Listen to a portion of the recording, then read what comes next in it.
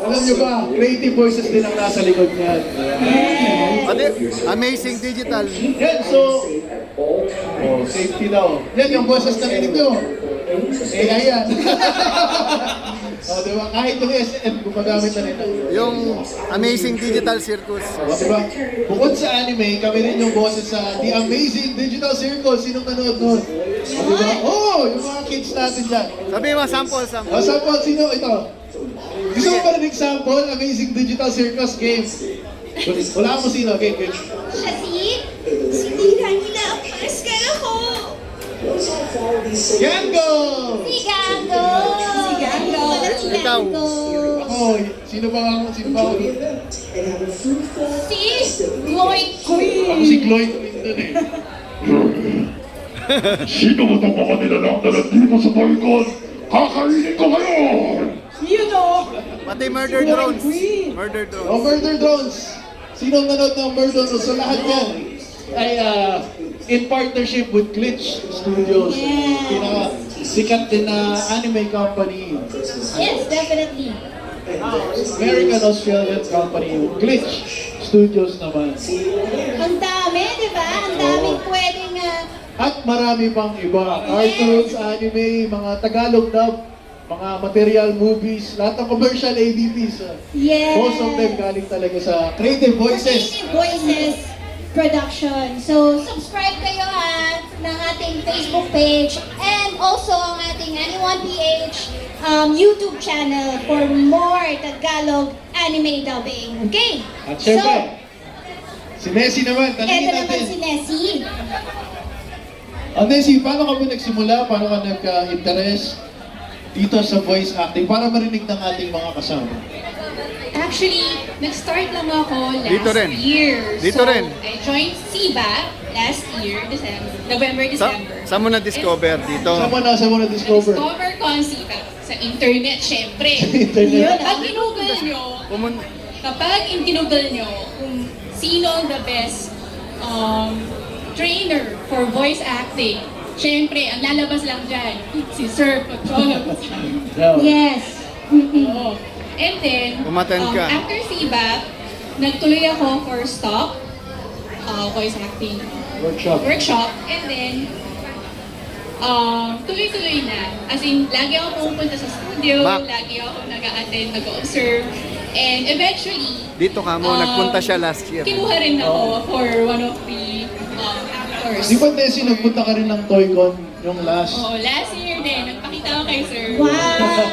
Kailangan talaga, you have to be there. Kailangan magpakita ka. O si Nessie dati, nanonood lang siya. Ngayon, siya na yung nasa stage. O, di ba? Yes! Palakpakan natin. Si Nessie, malay nyo, no? So sa lahat ng mga gusto maging dubber, ito na yung chance nyo.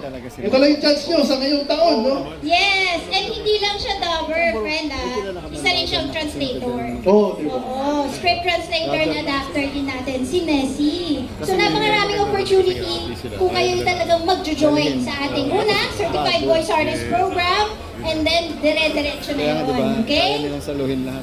Okay! So ito na, ang mga bago natin at up and rising, last diba, ng mga last dubbers. words sa O baka gusto nyo magbigay ng mensahe sa mga aspiring voice artists na ganun din kayo, doon din kayo nang galing, di ba? Anong gusto nyong sabihin niya? Kailangan ko kasi ginaguide ko man sila. O si Jan, si Reno. Yes, guys. So, sa mga gusto maging dubber na katulad namin and sa mga gusto magsimula at gustong mag-guide, no? Sa kung paano gawin itong ginagawa namin, just reach out to us and siguro mabibigay ko na lang sa Petsa na. inyo is assurance. Petsa na. Nakuha ko yung mga una kong minor roles sa mga projects. Hindi ko alam na ino-audition na pala ako. So that's how much they reassure you. Para kasi tayo, naturally, mga aspiring dubbers, naturally, camera shy tayo. We hate attention eh. So kapag pumasok ka na sa dubbing booth, minsan lamang yung kaba kaysa dun sa talent eh. So they make sure na wala yun. So kung kinakabahan kayo, you will be guided every step of the way. So don't hesitate to reach out. Huwag kayong mag-alala, hindi lang kayo yung nangangarap. Kami rin, so nandito na kami. We are testimonies na may mga taong katulad natin ng vision and tutulungan tayo sa kung ano nating gusto marating. Yes, thank you! Yes!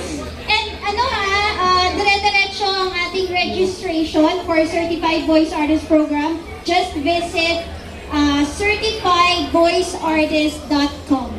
Okay, so yun yung official website ng Certified Voice Artist Program. Kung gusto nyo mag-enroll, nakalatag lahat ng schedules ng ating CVAT program doon. Oh, by the way, shout out sa Azrael TV! Azrael Coradilla! Matagal na nating kasama yan. Shout out! And si Jen, baka may mensahe ka sa mga ating mga baguhang voice artists. Okay, so para sa aspiring na sinabi ni John, we were once aspiring dubbers and nakita namin yung opportunity through Creative Voices. And if you guys want to join or be part of the Creative Voices program, you can register para or maging part, apply and audition para sa mga future projects natin. And yun na, before, as an anime lover, nanggagaya lang din ako ng mga bosses noon. And now, it's really a great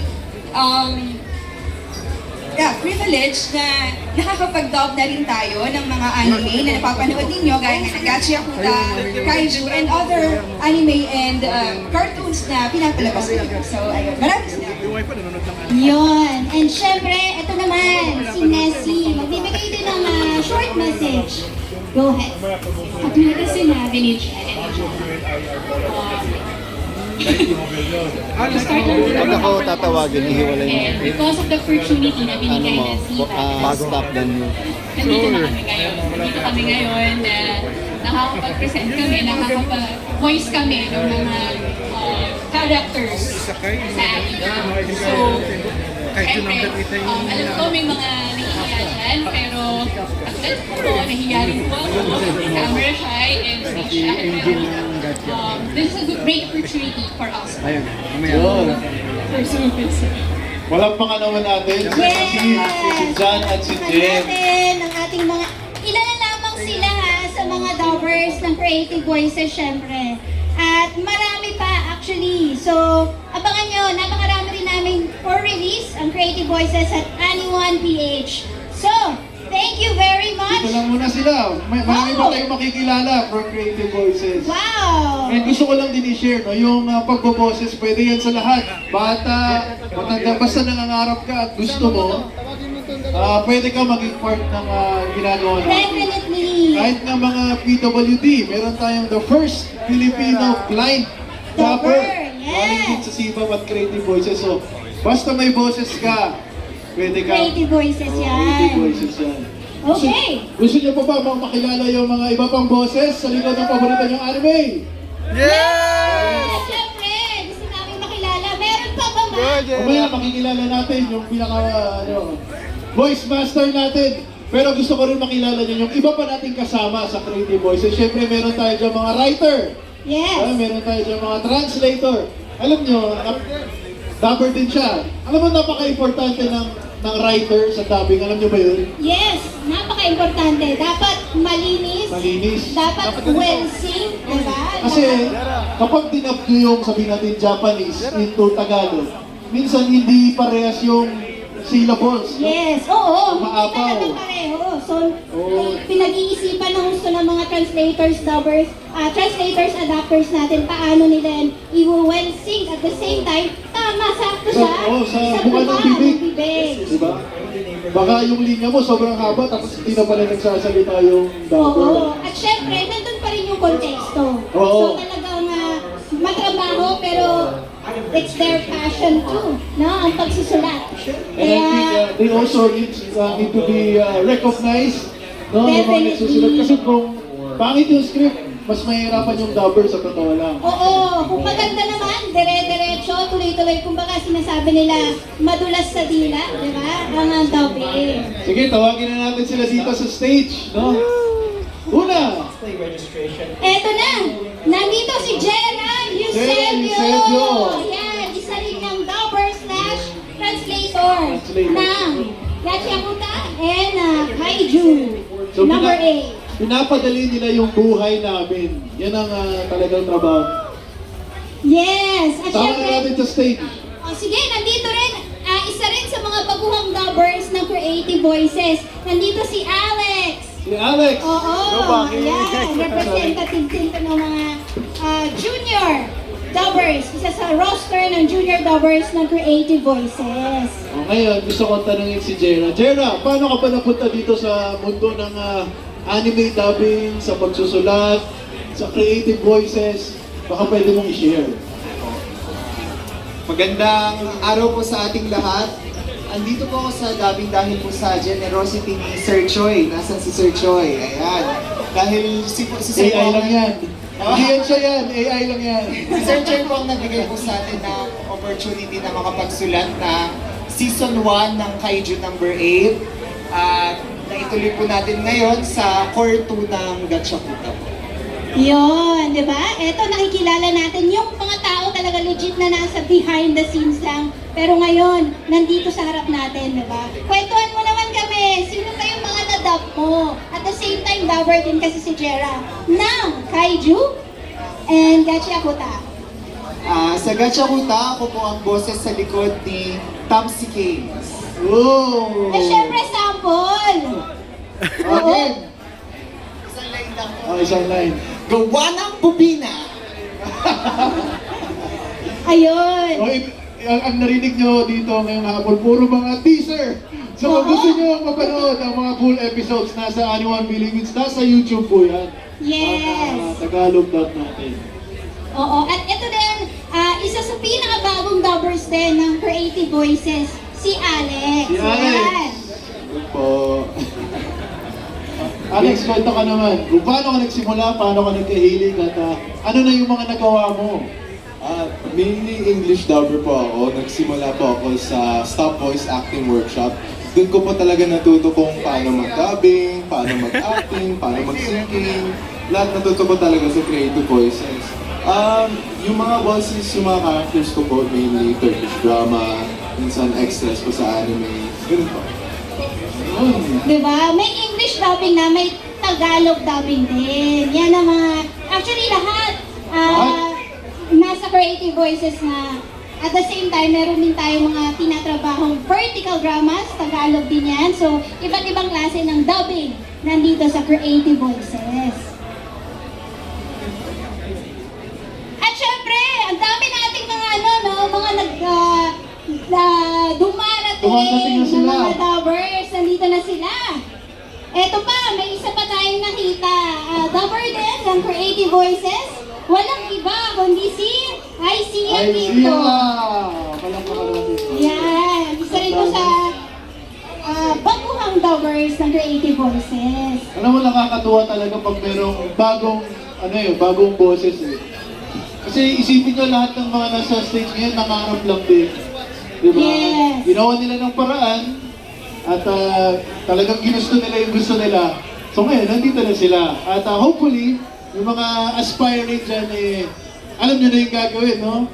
Pwede kayong magtanong, pwede kayong mag-search, pwede kayong sumali sa atin.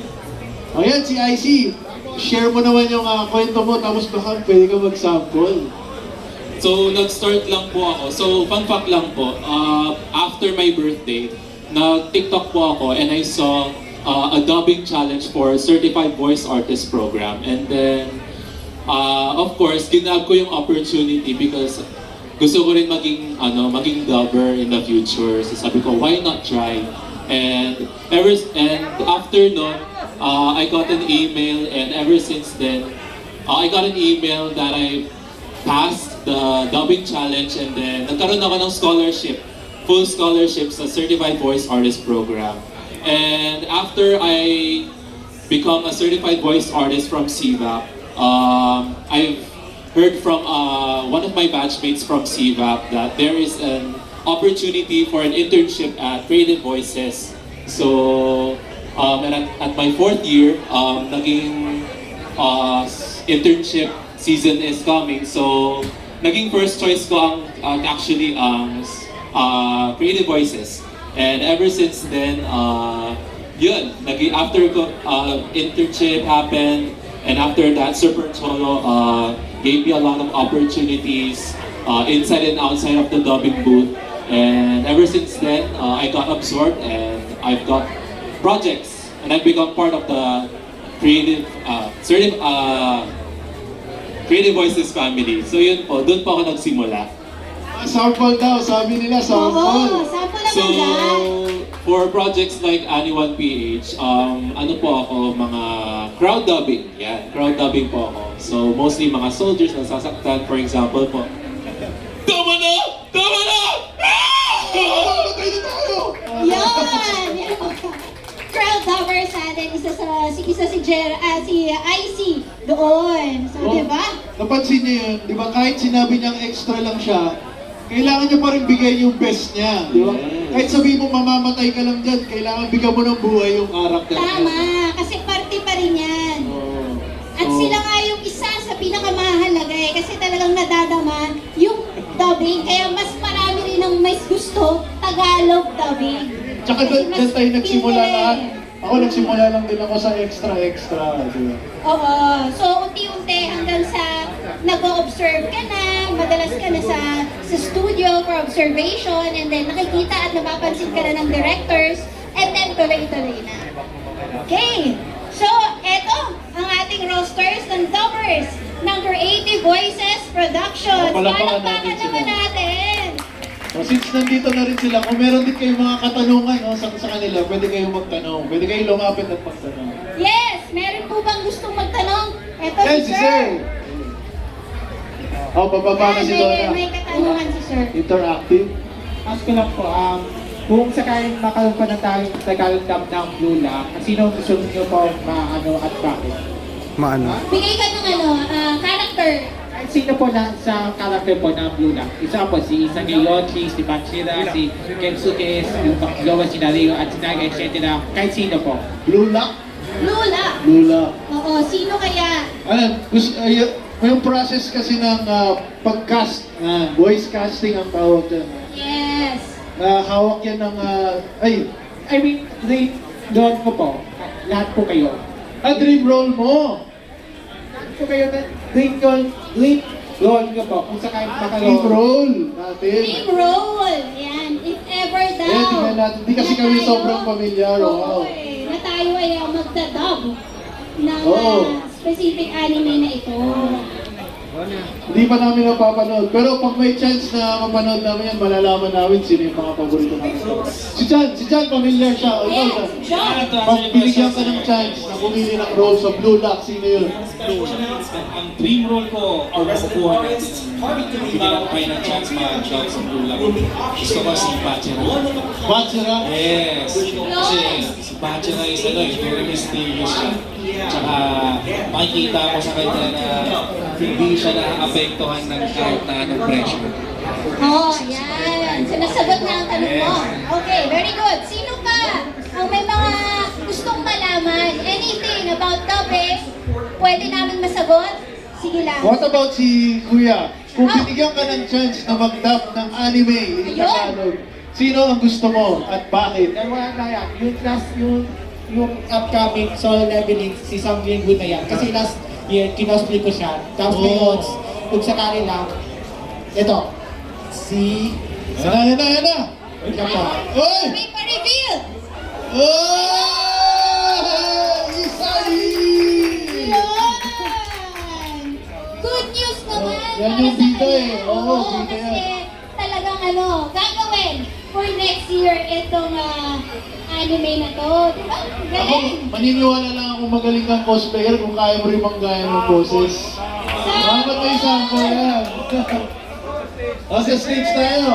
Palakpakan natin. First day ko itong gagawin na. First time. Okay. Let's go!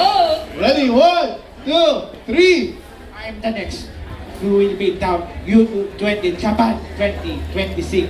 Hey! Diba? Palakpakan natin.